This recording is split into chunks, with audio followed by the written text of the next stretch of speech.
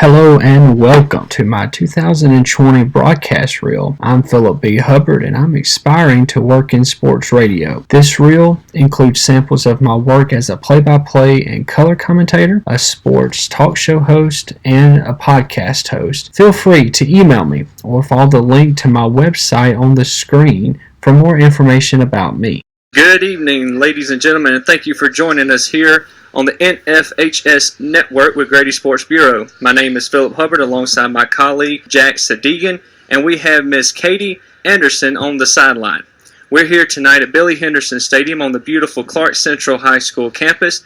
Tonight's matchup features the visiting Loganville Red Devils and the host Clark Central Gladiators.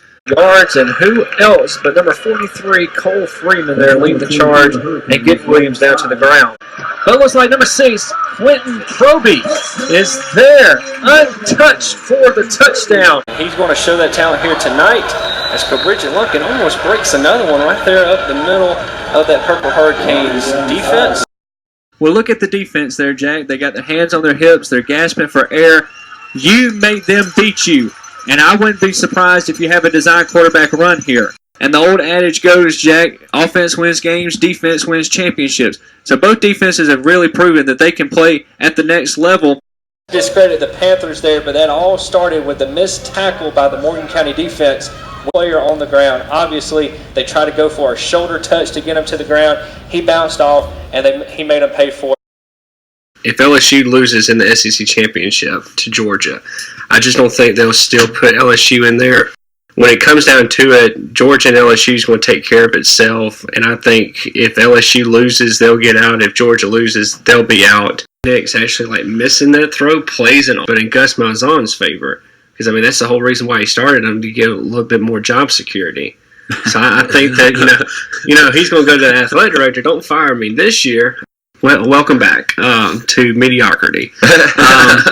But I think you got to do it in Texas because they kind of self-hype themselves. I think that the conversation of them being back in the title conversation and being in the top 4 was birthed from them within the organization. Just start off by describing what your experience was like coaching for UGA for 25 years. Well, I also served as the UGA's athletic director for many years. What would you say was your biggest accomplishment as the athletic director here? Can you describe the meeting you had when they decided to name the field after you?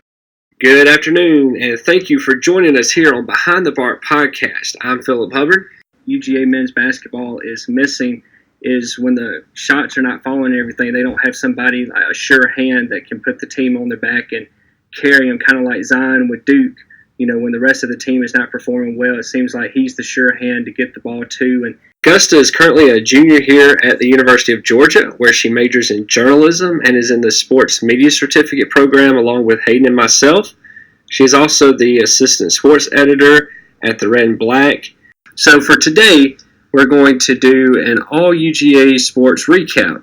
So we'll start off by recapping, obviously, UGA's big win at Auburn over the weekend, and then preview this weekend's matchup against Texas A&M. Then we'll shift the conversation to the hardwood inside Stegman Coliseum and discuss UGA men's basketball, their early season success, and then obviously the impact Anthony Edwards has had on the team. And then we'll revisit UGA women's basketball again,